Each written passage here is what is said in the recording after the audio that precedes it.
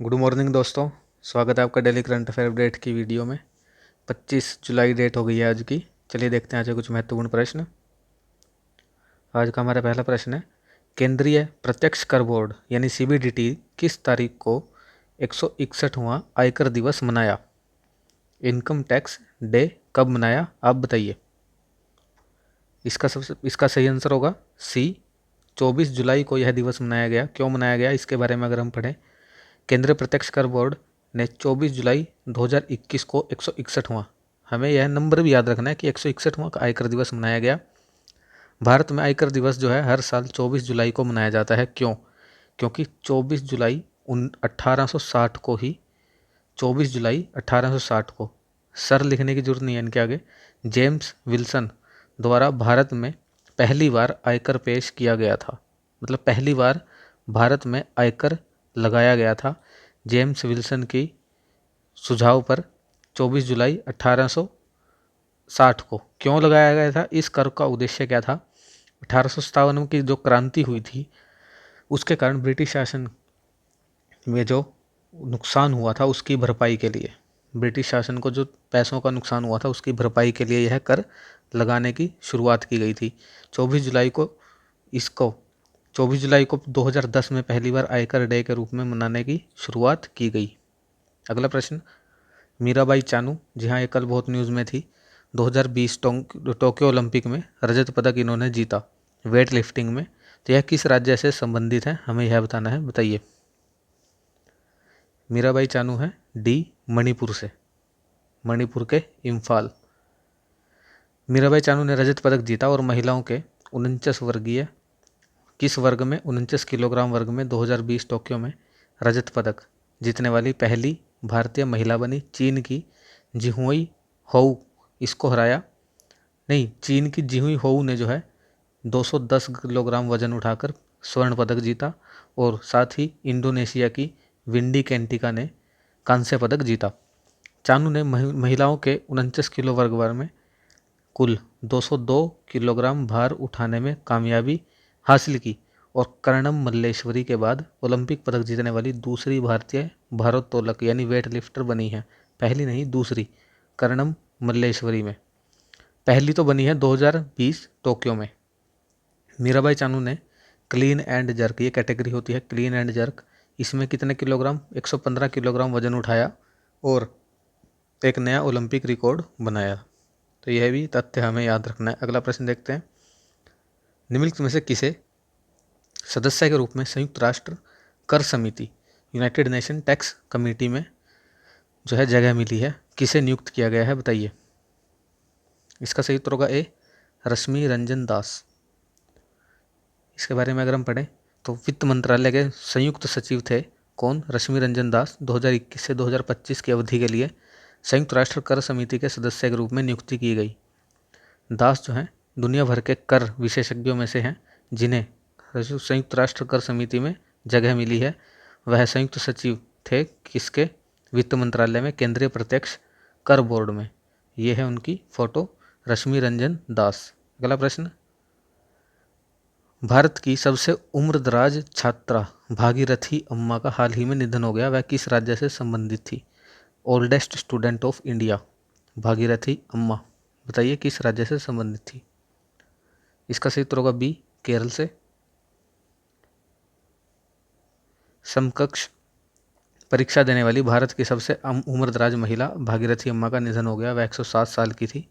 केरल के कौन से, कोल्लम जिले से वह बिलोंग करती थी। 105 साल की उम्र में उन्होंने अपनी शिक्षा जारी रखने का फैसला लिया था। ये 2 साल बाद ही उनकी अब मृत्यु हो गई। अम्मा ने 9 साल की उम्र में तीसरी कक्षा में अपनी जो है पढ़ाई छोड़ी थी।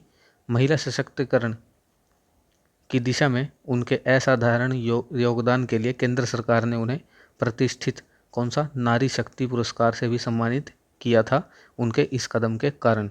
तो कौन है, भागीरथी अम्मा, केरल के कोल्लम से संबंधित। अगला प्रश्न, निम्नलिखित में से कौन जो है राष्ट्रीय सुरक्षा परिषद नेशनल सिक्योरिटी काउंसिल के अध्यक्षता करते हैं, बताइए। राष्ट्रीय सुरक्षा परिषद की अध्यक्षता करते हैं सी, राष्ट्रीय सुरक्षा सलाहकार NSA। क्यों न्यूज़ में थे? पेगासस विवाद के बीच यह बताया गया कि राष्ट्रीय सुरक्षा परिषद सचिवालय ने जो है 2016 में, सॉरी यहाँ पर प्रिंटिंग मिस्टेक है, 2016 में कितना खर्च होता था? 33 करोड़, जो कि 2017-18 में 10 गुना हो गया और 333 करोड़ खर्च किया। यह सरकार ने बताया कि राष्ट्रीय सुरक्षा परिषद सचिवालय पर इतने करोड़ खर्च हुए, 10 गुना बढ़ गया है एक ही साल में। यानी 2016-17 में 33 करोड़ था, 2017-18 में 333 करोड़। इसके बारे में अगर पढ़ें, भारत का NSC एक त्रिस्तरीय संगठन है जो सामरिक चिंता के राजनीतिक, आर्थिक, ऊर्जा, सुरक्षा मुद्दों की देखरेख करता है। राष्ट्रीय सुरक्षा सलाहकार जो है इसकी अध्यक्षता करते हैं, जो कि प्रधानमंत्री का प्राथमिक सलाहकार भी होता है। वर्तमान राष्ट्रीय सुरक्षा सलाहकार कौन है? The famous Ajit Doval.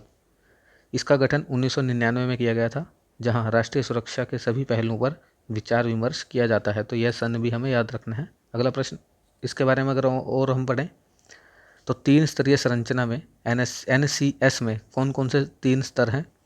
रणनीतिक नीति समूह जिसे SPG बोलते हैं, राष्ट्रीय सुरक्षा सलाहकार बोर्ड NSAB और राष्ट्रीय सुरक्षा परिषद सचिवालय, जिसके ऊपर यह खबर थी सचिवालय, जिस पे 333 करोड़ खर्च हुए। यह जो है भारत के प्रधानमंत्री के कार्यकारी कार्यालय के भीतर संचालित होती है। सरकार की कार्यकारी शाखा और खुफिया सेवाओं के बीच संपर्क जो है प्रदान करता है। खुफिया और सुरक्षा मुद्दों पर नेतृत्व को भी सलाह देता है। इसके सदस्य के बारे में अगर हम देखें, सदस्य कौन कौन होते हैं? गृह मंत्री, रक्षा मंत्री, विदेश मंत्री और वित्त मंत्री इसके सदस्य होते हैं। NSA और PM तो हैं ही।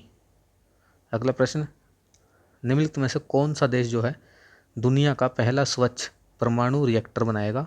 First clean nuclear reactor of world, बताइए। इसका सही उत्तर होगा D, चीन। जी हाँ, चीन ऐसा काम कर रहा है। क्या है यह क्लीन परमाणु संयंत्र? इसके बारे में अगर हम देखें, चीनी सरकार के वैज्ञानिकों ने एक प्रायोगिक परमाणु रिएक्टर की योजना का अनावरण किया है, जिसे ठंडा करने के लिए पानी की आवश्यकता नहीं होगी। अभी क्या होता है, रिएक्टर को ठंडा करने के लिए हार्ड वाटर की आवश्यकता होती है, जिससे कि वो पानी हम किसमें, ओशंस में डालते हैं तो उससे प्रदूषण फैलता है। यह रिएक्टर यूरेनियम के बजाय तरल थोरियम पर चलेगा, यूरेनियम पे नहीं चलेगा और पारंपरिक रिएक्टरों की तुलना में अधिक सुरक्षित होने की उम्मीद है। पिघला हुआ नमक जो है जब हवा के संपर्क में आता है तो ठंडा हो जाता है, तो इसमें पानी की जगह क्या यूज़ किया जाएगा? पिघला हुआ नमक, मेल्टेड सॉल्ट जो है जल्दी जम जाता है यह। इस प्रकार थोरियम को इंसुलेट करता है, जिससे किसी भी संभावित रिसाव के पारंपरिक रिएक्टरों की लीक की तुलना में पर्यावरण में बहुत कम विकिरण फैलता है। जैसे अगर पानी का यूज़ होगा तो किरणों का फैलने का वो लेट ठंडा करेगा और किरणों के फैलने का जो संभावना है वो ज़्यादा होगी। लेकिन यहाँ पर पिघला हुआ नमक यूज़ होगा तो यह संभावना कम होगी, वो जल्दी ठंडा होगा। कहाँ पर होगा ये? कहाँ पर इसको स्थान दिया जाएगा? वुवेई के रेगिस्तानी शहर में, चीन में इस रिएक्टर के स्थान के रूप में चुना गया है। चीन की सरकार पश्चिमी चीन के मैदानी इलाके और रेगिस्तानों में ऐसे और रिएक्टर बनाने की योजना बना रही है। थोरियम को अगर हम देखें, थोरियम एक रेडियोधर्मी चांदी के रंग की धातु है, जिसका नाम क्या है? थंडर के देवता थोर, जो कि नॉर्वे साइड में होते हैं, बिजली के देवता थोर, उसके नाम पर इसका नाम रखा गया है। यह यूरेनियम की तुलना में अधिक प्रचुर मात्रा में है, सस्ता है और इसका उपयोग परमाणु हथियार बनाने में भी नहीं किया जा सकता आसानी से। तो पिघला हुआ नमक रिएक्टर जो है ईंधन की छड़ का उपयोग करने की बजाय, अभी क्या होता है, हम छड़ों का भी यूज़ करते हैं रिएक्टर को ठंडा करने के लिए। इस मिश्रण को रिएक्टर की कक्ष में 600 डिग्री सेल्सियस के ऊपर तापमान पर भेजने से पहले थोरियम के तरल फ्लोराइड नमक में घोलकर काम करता है। यह रिएक्टर कैसे काम करता है? ऐसे। अगर चीन के बारे में देखें, राष्ट्रपति शी जिनपिंग की वर्ष 2060 तक चीन को कार्बन न्यूट्रल बनाने की योजना है और यह रिएक्टर उसी योजना की तरफ एक हिस्सा है। कब तक? 2060 तक। अगला प्रश्न, निम्नलिखित में से कौन ओलंपिक खेलों में 25 वर्ष में भारत के लिए जीतने वाला पहले टेनिस खिलाड़ी बने हैं? भारत के लिए पदक जीता इन्होंने टेनिस सिंगल्स में, बताइए कौन है? इसका सही उत्तर होगा B, सुमित नागल ने ओलंपिक खेलों में पुरुष एकल सिंगल्स में जीतने वाले तीसरे भारतीय टेनिस खिलाड़ी बने हैं और वह 25 साल में ऐसा काम करने वाले पहले भारतीय खिलाड़ी बने। अगर तीसरे हैं तो दूसरे कौन थे? जीशन अली। 1996 में अटलांटा खेलों में जीशन अली ब्राज़ील के फर्नांडो मेलिगनी को हराकर एकल मैच जीतने वाले पहले भारतीय बने थे। ये पहले थे। दूसरे लिएंडर पेस, उन्होंने भी वो दूसरे बने थे। और अब तीसरे बने हैं सुमित नागल जी, ये हैं उनकी फ़ोटो। अगला प्रश्न, गोल्डन राइस से रिलेटेड। गोल्डन राइस जिसे आनुवंशिक रूप से संशोधित किया गया यानी ये जीएम क्रॉप है, और इसको किस देश द्वारा वाणिज्यिक उत्पादन के लिए मंजूरी दी गई? इनमें से बताइए। इसका सही उत्तर होगा बी, फिलीपींस। फिलीपींस ने है मंजूरी दी गोल्डन राइस को। गोल्डन राइस जिसे आनुवंशिक रूप से संशोधित किया गया, फिलीपींस द्वारा व्यावसायिक उत्पादन के लिए मंजूरी दी। स्वास्थ्य विशेषज्ञों का मानना है कि यह निर्णय दुनिया के विकासशील देशों में बच्चों की जान बचाएगा और बचपन में अंधेपन के मुकाबले इसका मुकाबला करेगा बचपन में अंधेपन का।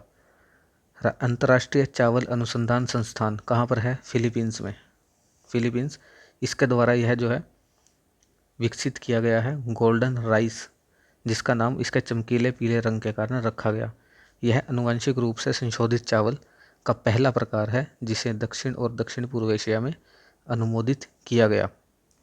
विटामिन ए जो है इसमें भरपूर मात्रा में है। विकास और सामान्य वृद्धि, दृष्टि और प्रतिरक्षा प्रणाली के लिए यह इम्पोर्टेंट है विटामिन ए। अगला प्रश्न, निम्नलिखित में से कौन सा देश जो है वो पावर आइलैंड सिस्टम बनाने की योजना बना रहा है?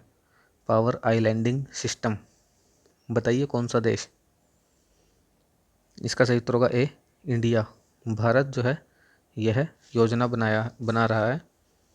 भारत जो है देश के बिजली ग्रिड पर संभावित हमले की, अभी जैसे पेगासस हमला हुआ तो साइबर हमला ना हो, पर संभावित हमले के महत्वपूर्ण बुनियादी ढांचे की रक्षा के लिए देश में कई शहरों में पावर आइलैंडिंग सिस्टम बनाने की योजना बना रहा है। कौन कौन से 2 शहर चूज़ किए गए हैं? बेंगलुरु और जामनगर। बेंगलुरु और जामनगर, जिसमें भारत की सबसे बड़ी तेल रिफाइनरियाँ भी है, उन शहरों को शामिल है जिनका मूल्यांकन एक द्वीप प्रणाली के लिए किया जा रहा है। 2019 में भारत के परमाणु ऊर्जा एकाधिकार ने बताया कि उसके एक उत्पादन संयंत्र के कंप्यूटर सिस्टम पर मैलवेयर द्वारा हमला किया गया था 2019 में। दुनिया भर में बिजली ग्रिडों को लगातार डिजिटल किया जा रहा है जिससे वे ऐसे संभावित हमले के प्रति संवेदनशील हो जाते हैं। इसलिए भारत सरकार देश के प्रमुख शहरों में पावर आइलैंड सिस्टम बनाने की योजना बना रही है। इम्पोर्टेंट प्रश्न। अगला प्रश्न, निम्नलिखित में से किस देश ने जो है नोरो वायरस, एक और नया वायरस मार्केट में आया है नोरो वायरस, इसके प्रकोप की घोषणा की है, सूचना दी है? बताइए। इसका बहुत प्रकोप फैल रहा है, किस देश में? नोरो वायरस होगा D, United kingdom. United kingdom अब नोरो वायरस की प्रकोप की रिपोर्ट कर रहा है। पब्लिक हेल्थ इंग्लैंड ने हाल ही में नोरो वायरस को लेकर चेतावनी जारी की। कितने मामले दर्ज किए गए? 154। नोरो वायरस के बारे में देखें तो यह बहुत संक्रामक है, दस्त और उल्टी का कारण बनता है, यानी इसमें दस्त और उल्टियाँ होती हैं। नोरो वायरस रोग से पीड़ित जो है अरबों वायरस कण को बहा सकता है और लोगों को बीमार करने के लिए उसमें कुछ ही आवश्यक होते हैं, यानी यह बहुत ही तेज़ी से फैलने वाला वायरस है। एक व्यक्ति जो है संक्रामित व्यक्ति के सीधे संपर्क में आने से इससे वायरस को अनुबंधित कर सकता है। दूषित पानी या भोजन का सेवन करने से, दूषित सतह को छूने पर, फिर उन हाथों को बिना धोए मुंह में डालने पर भी यह वायरस हो सकता है, सेम कोरोना वायरस की तरह। इस वायरस की कोई विशेष दवा नहीं है। इम्पोर्टेंट प्रश्न, ये आपके वाक्य बनकर आ सकता है स्टेटमेंट वाइज। विशेषज्ञों ने दस्त और उल्टी से खोए हुए तरल पदार्थ, यानी शरीर में जो तरल पदार्थ की मात्रा घट जाएगी, बहुत सारा तरल पदार्थ पीने का सुझाव दिया है, सिर्फ इसको अभी तक रोकने के लिए। अगला प्रश्न, नीति आयोग और निम्नलिखित में से किस संस्थान द्वारा संयुक्त रूप से renewables integration in India 2021 report launch की? Renewables integration in India 2021 report किसके द्वारा लॉन्च की गई? नीति आयोग तो है ही साथ में, बताइए। इसका सही उत्तर होगा डी, अंतर्राष्ट्रीय ऊर्जा एजेंसी IEA। देखिए, भारत में इंटीग्रेशन रिन्यूएबल्स इंटीग्रेशन नामक रिपोर्ट 2021 को नीति आयोग और IEA इंटरनेशनल एनर्जी एसोसिएशन द्वारा संयुक्त रूप से लॉन्च किया गया। यह रिपोर्ट इन अक्षय समृद्ध राज्यों के सामने ऊर्जा संक्रमण चुनौतियों को समझाने के लिए कर्नाटक, महाराष्ट्र, गुजरात सरकारों के साथ 3 राज्यों में आयोजित कार्यशालाओं के परिणाम पर आधारित है। यानी कार्यशाला ने क्या क्या परिणाम निकाले उस पर आधारित है। जैसा कि रिपोर्ट में बताया गया कि भारत की बिजली प्रणाली नवीनीकरण ऊर्जा जो है वर्ष 2022 तक 175 गीगावाट का एम और 2030 तक 450 गीगावाट का एम उसको कुशलतापूर्वक एकीकृत कर सकती है। लेकिन उसके लिए क्या क्या करना होगा? उचित योजना, नियामक निधि, संस्थागत समर्थन, संसाधनों की पहचान, ऊर्जा भंडारण और अग्रिम प्रौद्योगिकी की आवश्यकता होगी। ये हमारे एम्स हैं, इनको आप याद कर सकते हैं। अगला प्रश्न, ड्रोन विरोधी प्रौद्योगिकी के लिए साइबर सुरक्षा समाधान खोजने के लिए निम्नलिखित में से किस संस्थान ने प्रौद्योगिकी नवाचार केंद्र शुरू किए? टेक्नोलॉजी इनोवेशन हब्स किस इंस्टीट्यूट ने बनाए? बताइए। हाल ही में भारत में ड्रोन हमला हुआ था, पहला ड्रोन हमला था वो। इसका सही उत्तर होगा बी, IIT कानपुर। निम्नलिखित में से किसे ब्रिटिश उच्चायुक्त द्वारा अलेक्जेंडर डेलरिम्पल पुरस्कार मिला? यानी किसने जीता अलेक्जेंडर डेलरिम्पल अवार्ड? बहुत ही अलग अवार्ड है। इसका सही उत्तर होगा ए, विनय बधवार। कौन है ये? भारत सरकार के मुख्य हाइड्रोग्राफर विनय बधवार को ब्रिटिश उच्च आयुक्त से अलेक्जेंडर डेलरिम्पल पुरस्कार मिला। उन्हें हाइड्रोग्राफी और नॉटिकल कार्टोग्राफी के विषय में उनके नेतृत्व की मान्यता के लिए यह पुरस्कार दिया गया। ये हैं विनय बधवार जी। अलेक्जेंडर डेलरिम्पल पुरस्कार का नाम एडमिरल्टी के पहले हाइड्रोग्राफर के नाम पर रखा गया। इसे 2006 में शुरू किया गया। पुरस्कार को प्राप्तकर्ता का चयन दुनिया भर में हाइड्रोग्राफी, कार्टोग्राफी, नेविगेशन के मानकों को बढ़ाने के उनके प्रयासों के लिए किया जाता है। तो यह एडमिरल हैं जिन्हें मिला विनय बधवार, भारत के मुख्य हाइड्रोग्राफर। यह थी आज के हमारे लास्ट प्रश्न। आशा करता हूँ आपको वीडियो पसंद आई होगी। अपना स्कोर कमेंट करके ज़रूर बताइए। धन्यवाद। Have a nice day.